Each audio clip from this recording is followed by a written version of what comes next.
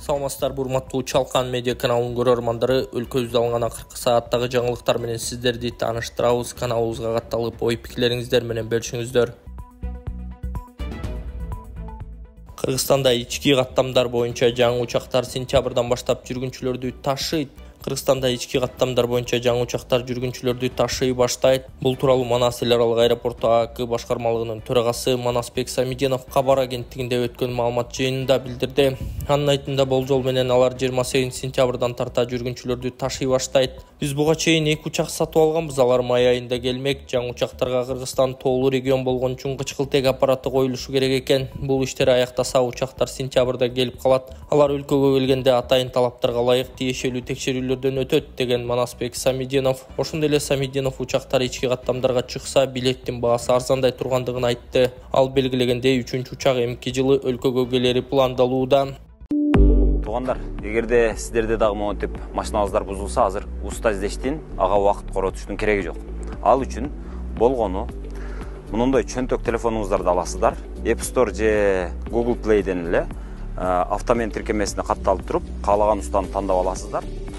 Эгерде сиздер дарбаза курдурабыз десеңиздер, же болбосо эшиктин алдына ферма жасатабыз десеңиздер, анда кайра эле ошол App Store же Google Play аркылуу ширетме тиркемесине киресиздер.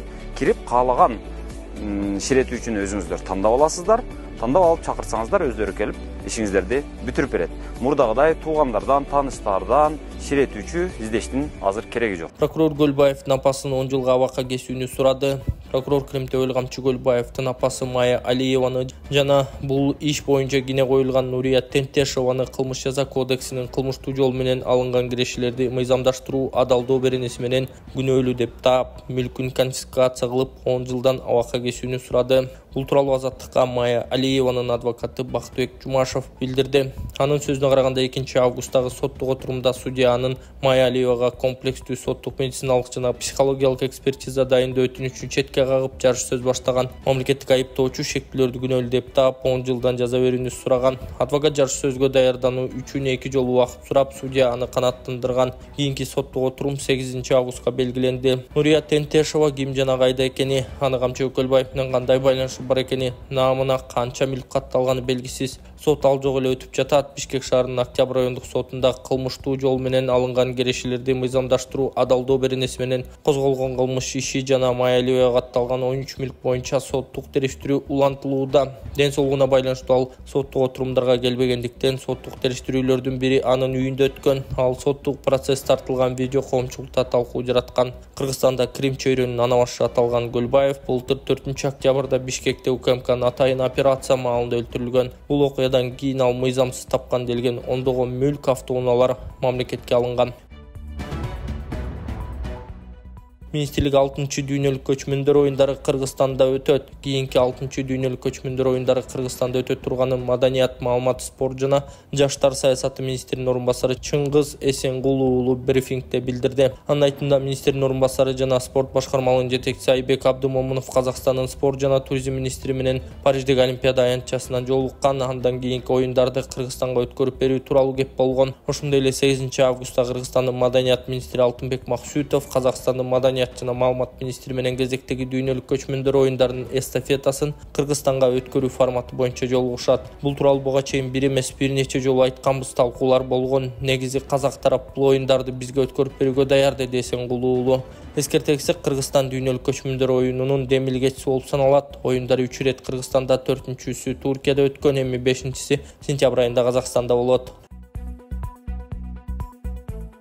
Бишкектеги Старый Толчок базары мамлекеттин балансына кайтарылды. Бишкектеги Старый Толчок Евразия базары мамлекеттин балансына кайтарылды. Бул тууралуу УКМКдан билдиришти. Маалыматка ылайык, аталган 2,2 гектар жер убагында мыйзамсыз менчиктештирилип кеткен. Айыл чарба министринин балансында турган жер Шаар Чебер жеке кооперативине мыйзамсыз өтүп кеткен. Ал эми аталган кооперативде министрликтин айрым кызматкерлери болгон. Иликтөөнүн натыйжасында жалпы аянты 1,4 гектар жер тилкеси жана жалпы аянты 3000 чарчы метрден ашык соода жайлары мамлекеттин балансына кайтарылган.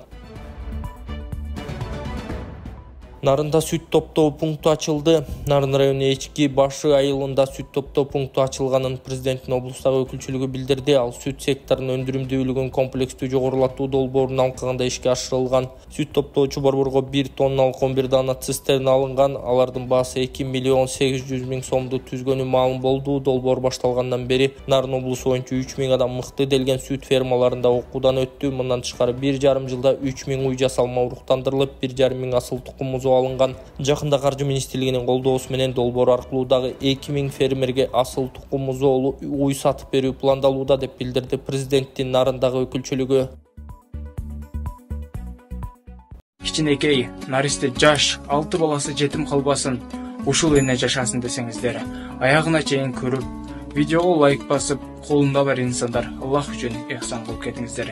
Ассаламу алейкум, урматтуу YouTube каналыбыздын көрүүчүлөрү. Мен Эл Үмүтү фондунун жетекчиси Болотбек Айдаркулов. Операция болуш үчүн 20 миң доллар каражат керектелиптир. Эми бул сума да өзгөрүп кетиши мүмкүн экен.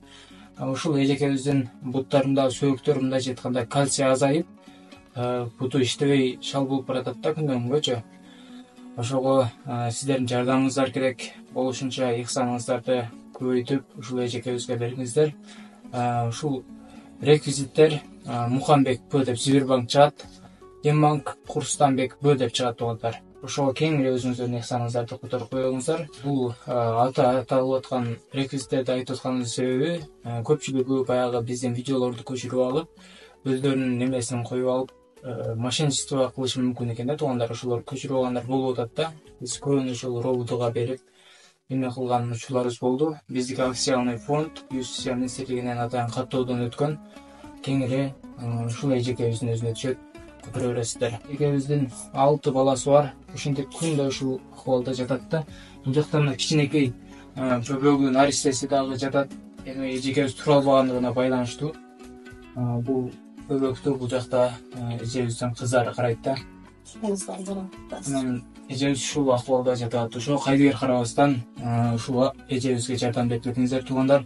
Мындай күндү, мындай оор дартты эч кимдин башына салбасын. Кудайым душманыбызга да ыра көрбөйбүз. Буюрса эжекебиздин да үмүтү чоң сиздерден.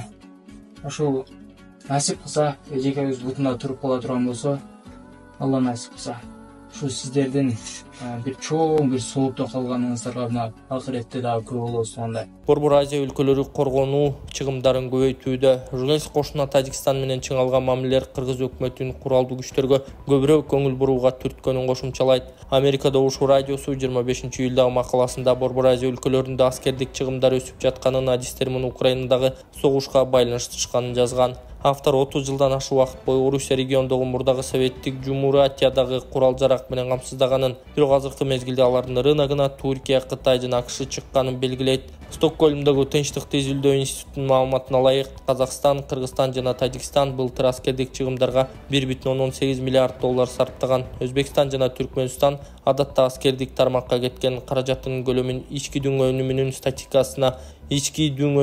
статистикасында шардана кылбайт. Макалада Кыргызстандын аскердик сарптоолору өзүнчө талданган. Улуттук коопсуздук комитетинин төрагасы Камчыбек Ташиевдин өткөн жылдагы жыйынында айткандары келтирилет. Ал ошондо 2021 жылдан бери армиянын модернизациялоого 1,5 миллиард доллар кеткенин, басымдуу бөлүгү жогорку технологиядагы курал жаракка жумшалганын билдирген. Анда жабдыктар арасында байрактар, ак сүңгүр, акынжы, учкучсуз учактары бар. Журналист кошуна Тажикстан менен чыңалган мамилелер Кыргыз өкмөтүнүн куралдуу күчтөргө көбүрөөк көңүл бурууга түрткөнүн кошумчалайт. Кыргыз бийлиги жаңы курал аларга Тажикстанга караганда артыкчылык берет деп эсептесе жаңылышат. 2022 жылы Иран ал өлкөдө дрон чыгарган завод ачкан. 2024 жылдын апрелинде Тажик өкмөтү Туркия менен 1,5 миллион долларга байрактар дрондорун алуу тууралуу макулдашууга кол койду деп эске салат америкалык медиа. Калган өлкөлөрдүн аскердик чыгымдарына келсек, Казакстандын коргонуу тармагына кеткен каражаты былтыркы жылга салыштырмалуу 8,8% өскөнү айтылат. Өзбекстан бул чөйрөдөгү маалыматты ачыкка чыгарбаганы менен кээ бир кабарларга караганда 2023 жылы коргонуу бюджетине 260 миллион $1 чегерген.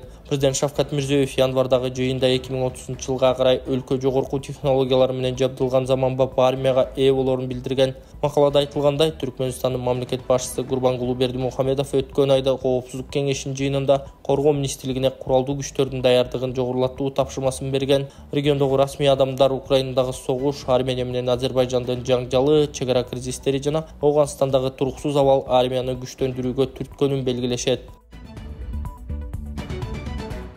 УКМК эл аралык банги тобунун мүчөсү 15 кг баңгизат менен кармалды. УКМК Тажикстан, Кыргызстан, Өзбекстан багыты боюнча эл аралык банги каналын уюштурган. УКМК Тажикстан, Кыргызстан, Өзбекстан багыты боюнча эл аралык банги каналын уюштурган уюшкан кылмыштуу банги тобунун ишмердүүлүгүн аныктады. Тактап айтканда 2024-жылдын 21-июлунда Баткен облусунун Кызыл Кыя шаарынын аймагында жүргүзүлгөн ыкчам иликтөө иш-чараларынын натыйжасында эл аралык банги тобунун мүчөсү чет мамлекеттин жараны ДМ кармалып, андан жалпы салмагы 15 кг 0,04 граммды түзгөн. Базар баасы 60 миллион 500 миң сом. 15 брикет кара куурай, чайыры, гашиш алынган. Тергөө иштеринин жыйынтыгы боюнча аталган жаран баңгизат каражаттарын кийин сатуу максатында Өзбекстан Республикасынын Фергана облусуна өткөрүп берүү милдетин мойнуна алган. Мындан улам 2024-жылдын 22-июлунда Ош шаардык соту тарабынан аталган жаран тергөө аяктаганга чейин 2024-жылдын 16-сентябрына чейин камакка алуу түрүндөгү баш коргоо чарасы тандалып алынды. Учурда аталган кылмыш иши боюнча тергөө иштери улантылып жатат. Башка тиешеси бар адамдарды аныктоого багытталган тиешелүү ыкчам иликтөө иш-чаралары жүргүзүлүүдө деп айтылат маалыматта. Волна ден соолукту чыңдоо борбору от массажы менен гайморит, простатит, грыжа, остеохондроз, куян, жел кабыз, артрит, артроз, тизем уун, баш ооруу, суук тийүүнү дарылоо жана гандин таякчалары менен жасалган массаж аркылуу кан айлануу системасын жакшыртуу, гайморитти дарылоо үчүн бет көмгөйчөлөрүнө от жагуу, андан соң табыгый чөптөрдөн жасалган порошокту мурунга үйлөп ириңдерди алып чыгаруу, төмөндөгү ооруларды айыктыруу үчүн дары чөптөргө сугарылган таякчалар менен массаж жасап, андан кийин от жагып, денедеги токсин, шлак, туздарды чыгаруу. Бизге келип, кепилдик менен ден соолугуңуздарды чыңдап кетиңиздер. УКМК Ошто маңызат иши боюнча 2 милиция кызматкери кармалганын билдирди.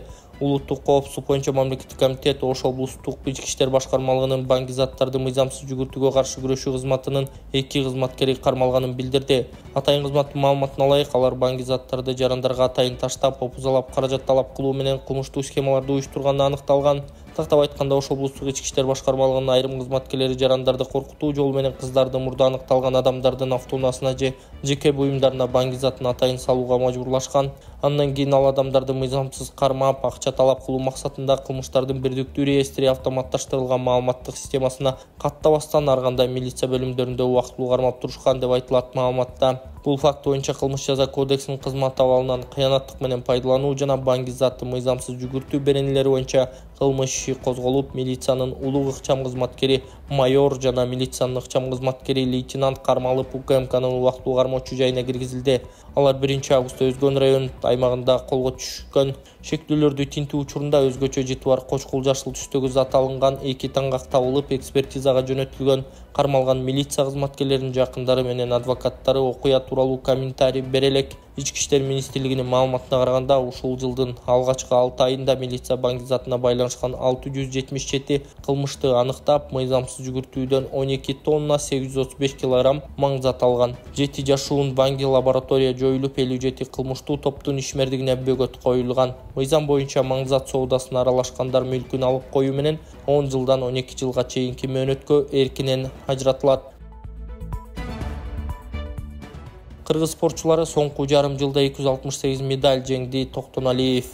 Соңку 6 ай ичинде кыргыз спортчулары жалпы 268 медаль жеңди. Бул тууралуу Дене тарбия жана спорт департаментинин директорунун орун басары Самат Токтоналиев кабар агенттигинде өткөн маалымат жыйынында билдирди. Анын айтымында, кыргыз спортчулары дүйнө жана Азия чемпионаттарында, ошондой эле эл аралык мелдештерге акыркы 6 айда жалпы 268 медаль жеңип келсе, анын ичинен 78 алтын, 71 күмүш жана 119 коло медаль болгон. Спорт тармагында чоң жетишкендиктер болуп жатат. Учурда Олимпиада оюндарына катышып жаткан бокс боюнча курама команданын мүчөсү Мунарбек Сейитбек уулу ийгиликтерди жаратууда. Бүгүн балбандар Жоломон Шаршембеков менен Мерим Жуманазарова беттешээрин баштайт. Бардыгыңыздарды биздин спортчуларды колдоп турууга чакырып кетмекчимин, деди Самат Токтоналиев.